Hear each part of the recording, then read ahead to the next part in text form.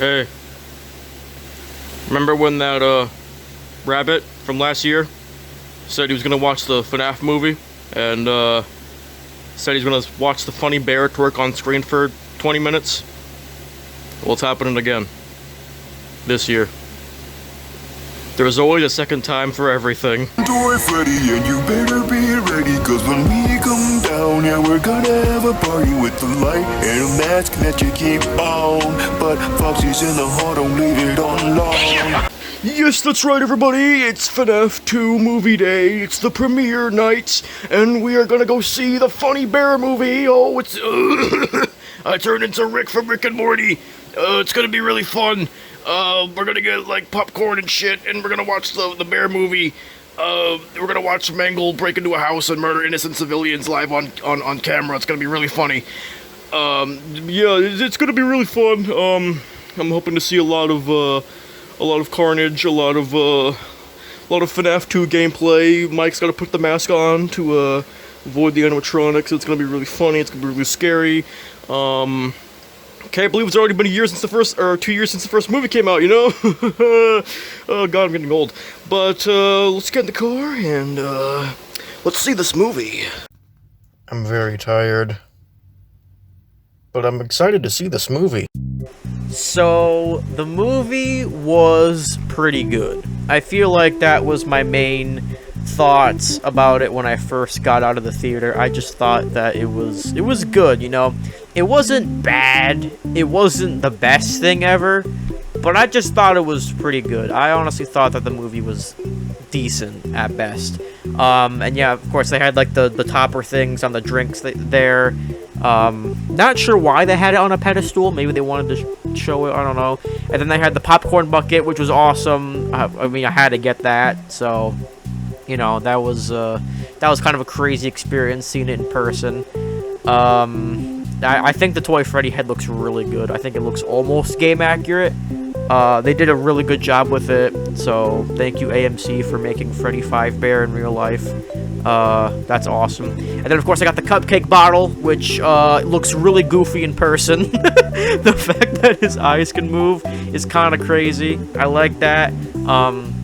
I don't know how to feel about drinking through his candle though. That's kind of weird, but you know, that's just kind of how it is, so I guess I'll accept it. And also, I don't know why I'm choking him in this footage. And then they also had a pizza box, which is crazy. I didn't even know they had this, but Freddy Fazbear Pizza is real? I couldn't believe it. I could not believe my own eyes, but it's real. Alright, so before we get into the spoiler review territory of the video, I'll lay down my ground thoughts of the movie, and then we'll get into the spoiler stuff a little bit later. Kind of like how I did my original review on the first movie, which if you haven't seen it, I'll link it somewhere. It's probably not as good as this one, because this one has trailer footage, but blurred, so, you know, that's just how it's gonna be. But ground thoughts on the movie was that it was pretty good. I liked it. Of course, there were some things I didn't like, some things, you know, I thought that was like, I don't know if I like that.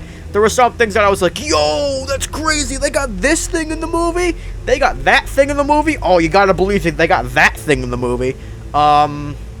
It was a fun time, I won't lie, it was a very fun time, fun movie, you know. I thought it did a lot of the characters justice, a lot of cool moments, a lot of awesome things that I would expect from this movie. Basically, it went exactly as I thought it would go.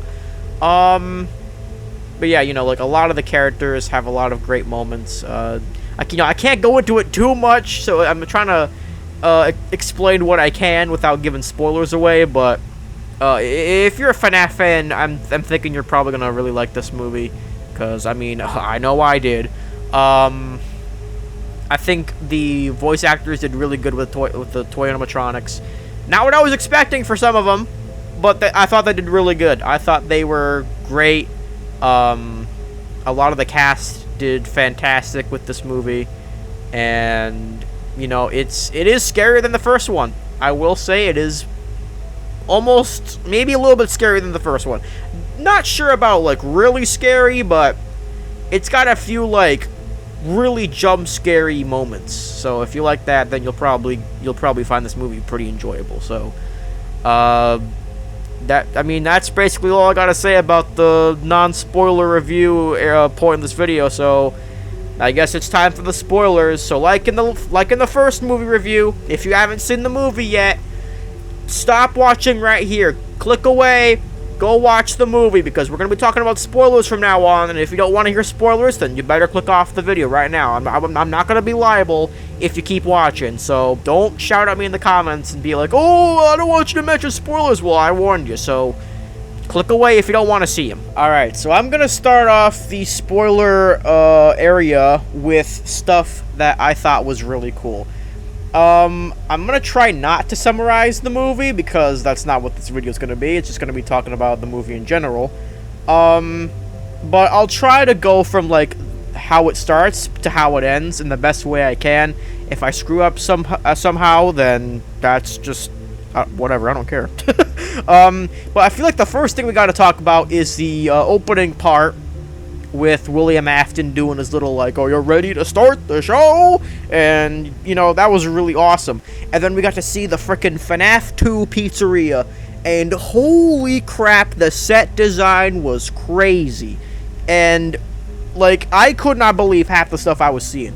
And then amidst the whole thing, we just get a drop of Candy and Pop Go's arcade machines. And it's like, holy crap, guys.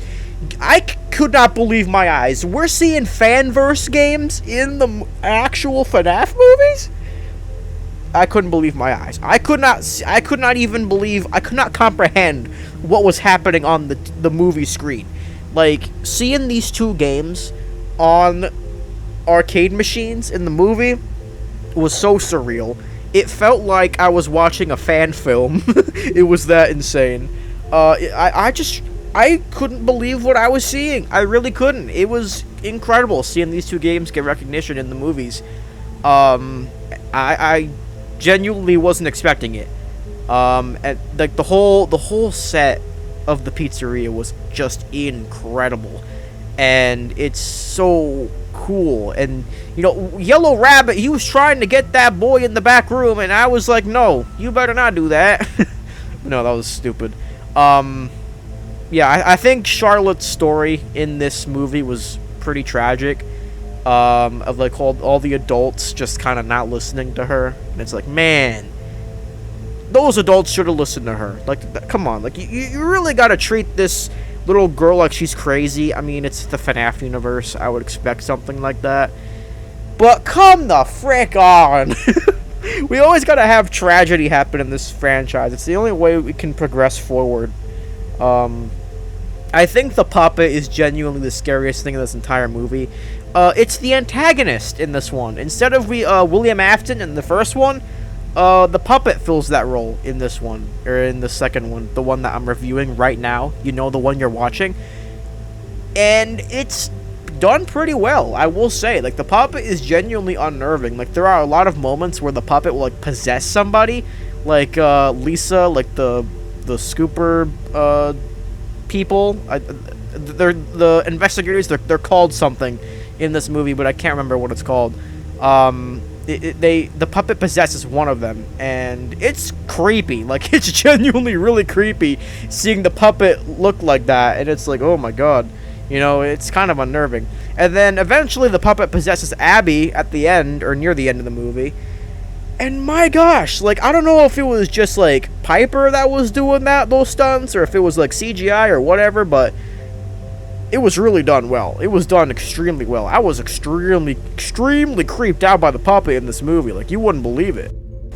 The fact that Abby kind of lore dumps the events of the first movie on the bus with all those kids is kind of funny. Like, she's just talking about her experience, like, almost like her trauma. She's like almost trauma dumping, and then all these kids are like, you're crazy. Like, I don't believe you, your story sucks, I don't want this. But then of course they're also like, yeah, you know what, sure, you know, it's fine, I guess. I mean, Faz Fest is coming, so, you know, I guess it's kind of believable. And then we get, like, the introduction to, like, the school sequence of the movie, where Abby is going to school, and there's a science fair coming up. So she has to bring a little science like thing to show off for the fair, and her creation ends up being this like Chica, this like little Chica replica thing of the of FNAF 1 Chica, and the teacher, his name is like Mr. Burns or something like that. I cannot remember his name. I've only seen the movie once. Okay, I haven't seen it like a million times. I'm actually gonna go see it tomorrow, by the time this video is coming out. So there's that. But yeah, he doesn't like the animatronics. He does not like the Fazbear Incorporated universe thing, which I think is kind of funny. He doesn't like Freddy Fazbear. So by this point in the movie, Abby stumbles upon the abandoned FNAF 2 pizzeria and meets up with the toy animatronics. And I have to say that because when Mr. Burns breaks Abby's science experiment, which is the FNAF 1 Chica replica I mentioned earlier, Toy Chica kills him in the school, or at least in like a part of the school that's closed off, or like nobody's there. Like, she drags him through the window of a door and just crushes his head, and it's like, holy shit. I did not know Toy Chica was built different. I didn't know she was like this. And then also during this like school part of the movie, we get a little reference to Security Breach, which I thought was interesting. Basically, the entire reference is it cuts to Toy Chica's like vision or whatever, like her like animatronic vision mode, where it turns to her point of view, and it just says Security Breach with like a red hue, and that's the whole reference to Security Breach. Which, okay. I mean, when I saw it, I was like, wow, Security Breach. Okay, that's sure, whatever. It kind of reminded me of like the opening to Security Breach, where Glamrock Freddy kind of like goes crazy and passes out. But yeah, that was it was something, all right. Oh yeah, I forgot to mention during this like sequence of events during like the school section of the movie, but Corey Kenshin is back in this movie. I can't believe I'm saying this, but he does indeed return for the sequel. So basically, there's a part where Abby and Toy Chica are in the FNAF 2 abandoned pizzeria, and they're like, and Abby's like, how are we gonna get to the school? Because like you can't fit on the bike, so what are we supposed to do? And that's when Mr. X Kenshin appears again, and he's in the car, and he's listening to Talking in Your Sleep, which was the song that the animatronics performed to in the first movie, which I thought was kind of funny. And this is also the same scene where we see beakless Toy Chica. We see Toy Chica with the dark eyes and the endo teeth, and it's mostly just played off as a gag. It's played off as like a bit where, oh, Toy Chica lost her beak, and Abby's like, oh, here you go, you must have dropped this, Chica. And then it cuts to Corey, and he's like, man, I need a new job, which was kind of funny. I like that he's back. He's back, he's funny, he's a great guy, love him, love Corey X Kenshin. There's a part in the movie, which I don't remember where it's supposed to go, but there's a part where Mike and Abby are at the abandoned or the destroyed pizzeria from the first one that got not demolished, but like broken down from after getting spring locked, and Mike's doing like a little jokey kind of thing where he's like, oh, you got 1 million tickets, so what do you want? And then there's like this like bag of like orange gummy candy, which keeps coming back up as a joke between Mike and Abby. And then they have this bootleg Freddy plushie, which when it's pressed plays the FNAF beatbox meme. You know the meme where the guy goes or it plays that. When I heard that, oh my gosh, I was laughing. It came so unexpectedly. Like, I wasn't expecting this thing to start doing the R meme. So that was a pleasant surprise. And this is also how Abby finds the Faz Talker. So I guess that's kind of important to the movie story, I guess. If you want to count that. But yeah, I found that joke really funny. Peak comedy. So yeah, and then like Abby talks to the toys via the Faz Talker, I guess. That's how they meet. So this part that I'm going to talk about right here is like a major spoiler warning. These things have been like kind of minor spoilers, little bit of things that, you might want to know before you go into the movie. But this is like a huge spoiler. So if you don't want to get spoiled by this thing, because it's a pretty huge spoiler, it's about the secret character that appears in this movie, you better click off and watch the movie to find out your dang self. But Circus Baby is in the movie, like as an actual animatronic, and it appears during the dream. I think it's the dream sequence, or it's the dream sequence where Vanessa's like doing what Mike did in the first movie, where she's like revisiting her past in her dreams and confronting her dad, which is Afton. And in his like attic workshop hybrid, there is an animatronic of Circus Baby. Now, what does this mean? I don't know. He does say that Vanessa is his favorite in the movie, so maybe Elizabeth is in this movie, or in this movie franchise. Maybe she'll get, referenced in the third one, or maybe she will be in the third one. I don't know, but the fact that Circus Baby is in the movie is crazy. I wasn't expecting it at all, but it was so freaking cool, and she looked so accurate to the game too.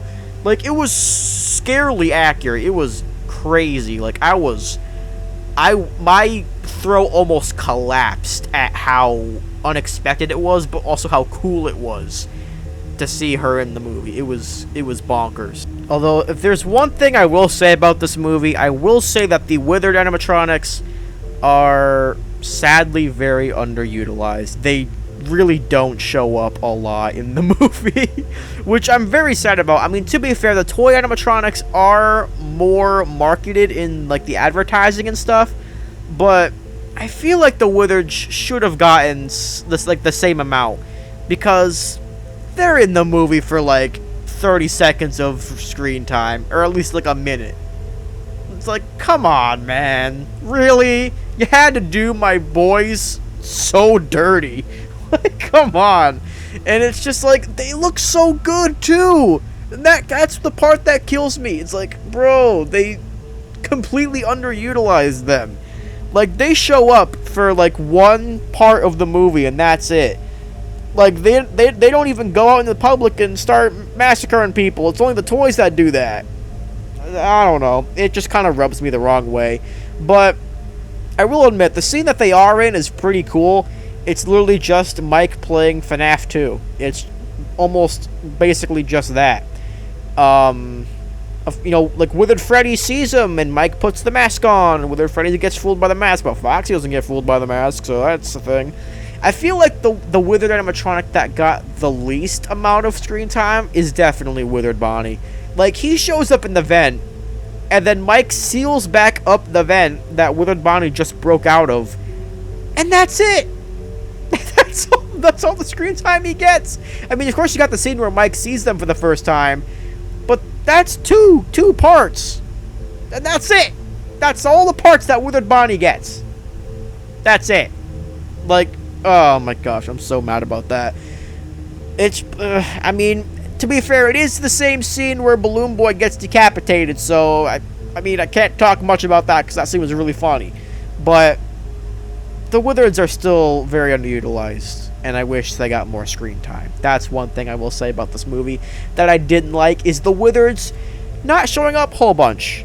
So, I'm gonna sue Blumhouse for that. Definitely. It's in my bucket list of things to do. Oh yeah, it's also the same scene where I'm pretty sure Shadow Bonnie shows up as a cameo, as like a little Easter egg thing. See, the thing I find funny about Shadow Bonnie in this movie is that not only does he appear for like a fraction of a second, it's such like a you blink and you'll miss it moment, but they edited him in so poorly. Like, it's literally just the PNG of Shadow Bonnie from the game they put in, like, as Mike is like flashing the hallway. Like, as soon as he turns on the flashlight, there's like a split second where like the part where he doesn't turn it on at first, Shadow Bonnie shows up. And then once Mike flashes the hallway, he's gone.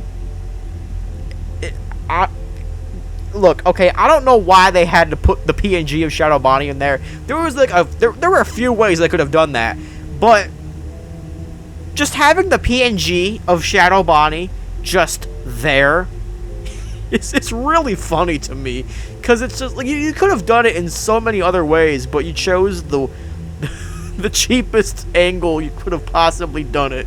Like, wow, we waited 2 years for this masterpiece. Like, I can't believe it. I guess now I should talk about the toy animatronics going wild and harassing the locals of the town of... What is the town called again? Is there even a town in this movie universe? I forget. But Toy Freddy and Toy Bonnie actually don't start talking until, like, I would say the halfway point of the movie. And I don't know how to feel about Toy Freddy's voice, because it's almost very eerily similar to Glamrock Freddy, but if Kellen did like a deeper, more evil version of Glamrock Freddy, which I guess kind of works for Toy Freddy, but it's not the first thing I think of when I think of like Toy Freddy's voice. I more think about like the Ultimate Custom Night voice, because I think that voice suits him better. It's either that or like some, like, I don't know, Goofy, I guess would fit Toy Freddy, but I don't think like, Glamrock Freddy, but he talks more evil. and also sounds like Foxy for some reason. I don't know why I did that, but you know. Yeah, that scene where Toy Freddy broke into a house and slaughtered millions was kind of crazy. I wasn't expecting it. It was kind of, you know, it was a little bit wild. I wasn't expecting that from him. No, I'm kidding. But yeah, Toy Freddy breaks into a house and harasses a wife and husband.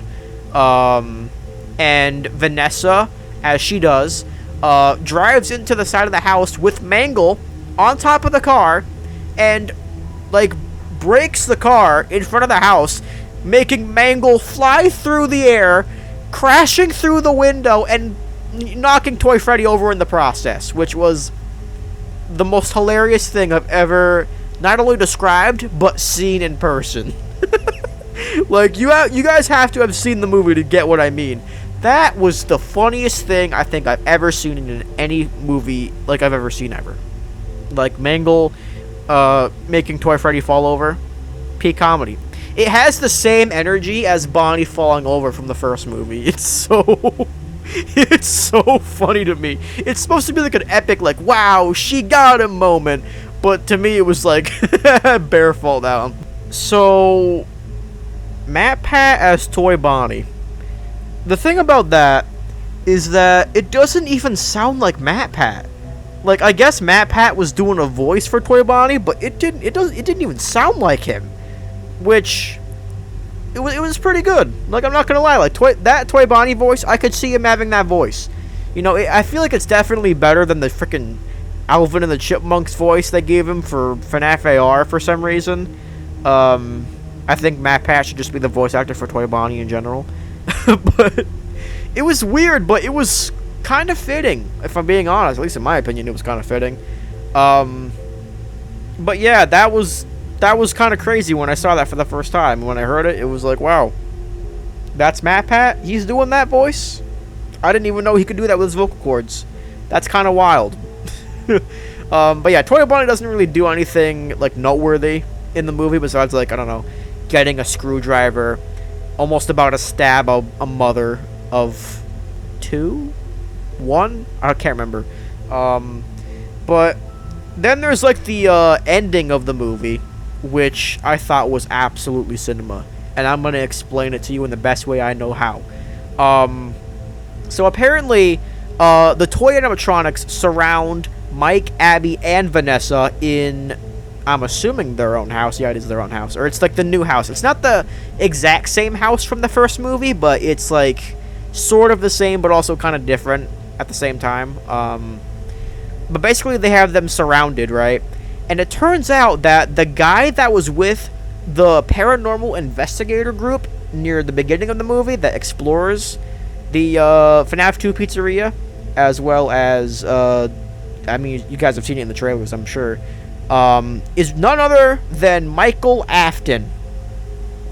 Who would have seen it coming? But yeah, apparently in this movie, Michael Afton is a bad guy and wants to continue William's legacy by controlling the toy animatronics. Now, bear with me here. The puppet, I'm pretty sure, is the one who's controlling the toy animatronics in this movie, because she's angry that the adults didn't listen to her when she got murdered back in 1982, I think it is, that they say in the first bit. And that's how she's, like, controlling them. She's controlling them, making them say things, making them, like, warm up to Abby, I guess, to, you know, make her do evil things. Kind of like how the missing children did that in the first movie. And what happens is the FNAF 1 animatronics from the first film come back and destroy the toy animatronics. And it's like, oh my gosh!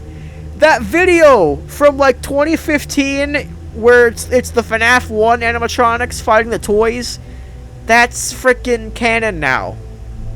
I mean, no, not exactly canon, because, well, that video was just more funny, but it's a parallel. It's the same thing. The FNAF 1 animatronics came to the house and destroyed the toys, and I was like, bro, this is absolutely cinema. This is absolute peak.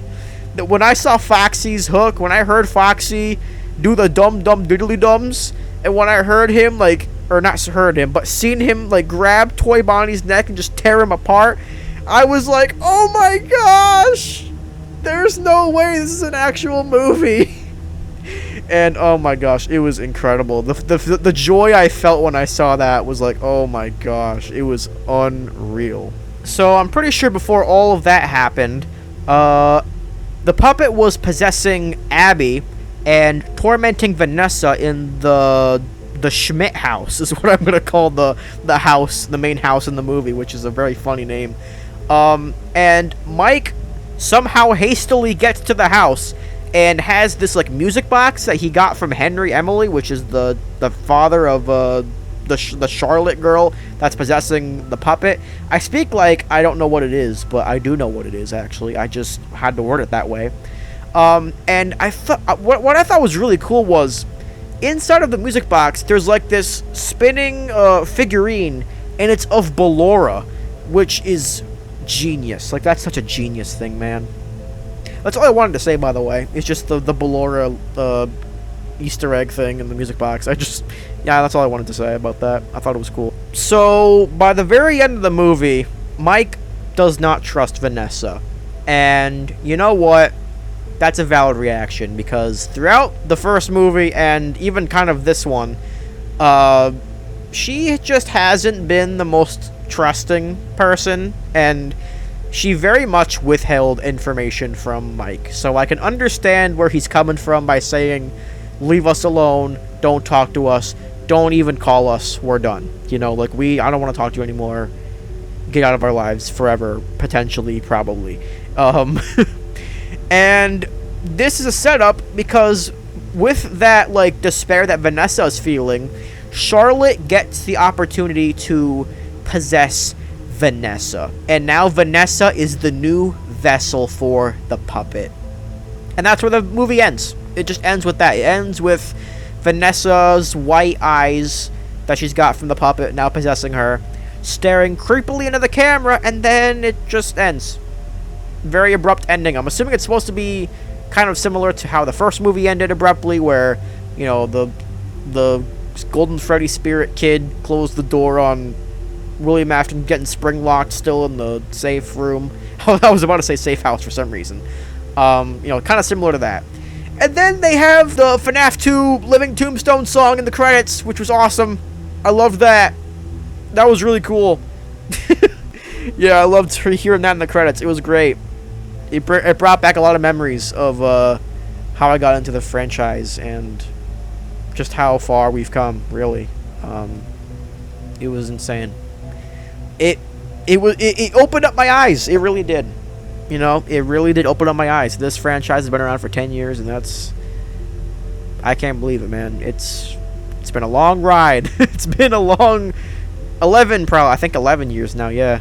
Wow. Alright, so now we're gonna get into the mid-credit scene of the movie. So, approximately like halfway through the credits, there is a part where the screen flashes white with like a thunderstorm kind of thing, and there's like these guys who are going into the destroyed building of the first restaurant from the first movie, and they're looking for things that they can use for a haunted house, for a horror attraction, mind you. And they gotta find stuff that is nostalgic for that, like, you know, bringing back that feeling of childhood. And in the back of the pizzeria, there's a robot that's there, and it's still alive, and it is very much Springtrap. And I kinda lost my shit. I lost my mind when I saw Springtrap, cause they don't show him until like the very end of the post-credit, or not post-credit, but mid-credit scene, and oh, he looks great. He looks good. Oh, it makes me really excited for the third movie because I want to see what they are going to do with him. I cannot wait. He looks so good. Like, the fact that they had him in the they put him in like this plastic wrap kind of thing, and his eye was glowing blue through it like Sans. Bro, I went crazy. I went kind of crazy with that, not gonna lie. And then if you stay to the very end of the movie, kind of like how in the first movie there's like that "come find me" message, this movie got something like that too. There is a part where Henry does the thing from FNAF 6, where he does like the leaving Dead Space in 3, 2, 1. And then he basically like warns Mike about the puppet. And that's kind of like the how that goes. So, I mean, you know, Henry, we kind of already knew that. So you're recycling old information, bud. Like, we already know the puppet is out there. I mean, maybe he got killed by, like, Vanessa being controlled by the puppet, but I don't really know. But either way, he's dead. So, there's that. You know, all of this is making me wonder what we're going to see in the third film. Like, what is going to happen in FNAF 3? Obviously, we're getting Springtrap. Obviously, we're getting Fazbear's Fright. But, like, I'm wondering where they're going to go from here, because like in FNAF 3, the game, Springtrap's the only animatronic that's there. All of the other ones, they're just phantoms. They're not real. So unless, like, they make phantom animatronic, like, actual robots and stuff, I don't know how they're gonna do it. I mean, maybe they're gonna do, like, Fredbear's Family Diner, which would be really cool. Maybe they could do, like, the mini-games from FNAF 3, but, like, real? Like, actually happening? I don't know. There's so much stuff that I want them to do, or, you know, there's so much stuff that they could do, but I don't know if they will. I mean, maybe we'll see maybe like a bit of FNAF 4, the game, in the third film. I don't know. We'll have to see when it comes out, but I don't know what they could do, you know? Like, I'm trying to think of, like, possibilities for the third film, but I really don't know what they could do. I mean, we already know that Fazbear's Fright is going to be the setting of the third film. But, like, when it comes to, like, the animatronics and who we'll see, Springtrap is obviously a given. Vanessa being controlled by the puppet, obviously a given. I don't know. Maybe we'll see the broken remains of the FNAF 1 animatronics. I'm assuming Michael Afton's going to come back. Maybe we'll see Michael Afton's past in the third film. Nobody really knows. And to be honest, I know less. I know less of what's going to happen. So at this point, we can only speculate. We can only speculate what we'll see in the third film, because it's not out yet, and we haven't seen anything from it yet. But yeah, that was my thoughts on the Five Nights at Freddy's 2 movie. So I hope you enjoyed my ramblings and my thoughts on the film. Overall, very solid film, very good. I thought the movie was pretty good. I thought it was... I don't know if I really like giving scores for movies, but if I had to give it a score, probably like a 7. I'd say a 7 is a good middle ground. Maybe like a 6 or a 7 is a good middle ground. You know, it was good, but it's not the best. You know, it's definitely not the best things in the world that you could watch, sit down and just like look at it with your eyes. I'd say it's definitely better than the first film, but only by like a little bit. I would say only by a little bit. I think the way they did Charlotte is better than how they did the missing kids from the first film, but I mean, that's all it's got. No, I'm kidding. There's some things I like, but it's hard. It's really hard, because I know a lot of people are very mixed about this movie online, like especially Twitter. Oh boy, Twitter. Have you seen that? Man, they hate the movie. It's crazy. But, you know, despite the mixed feelings people have about the movie, I thought it was good. I thought it was fine. I thought it was good. But, yeah. Thank you guys so much for watching. Please go like, comment, and subscribe. If you guys want to see more from this channel, hit the bell. And tell me if you guys want to hear me ramble about more movies that I've seen, because I'll do it. I'll do it. I like making content sometimes when I feel like it. There's been a few movies that I've seen that I kind of want to review, so if you guys want to see more of these, then I will do it. It just depends on if you guys want to see me do more of these, and if you guys like me doing these. But yeah, thank you guys so much for watching, and I'll see you guys next time. Bye. Oh yeah, Doug also shows back up in the second movie. That was the best part. That was the peakest part of the entire movie.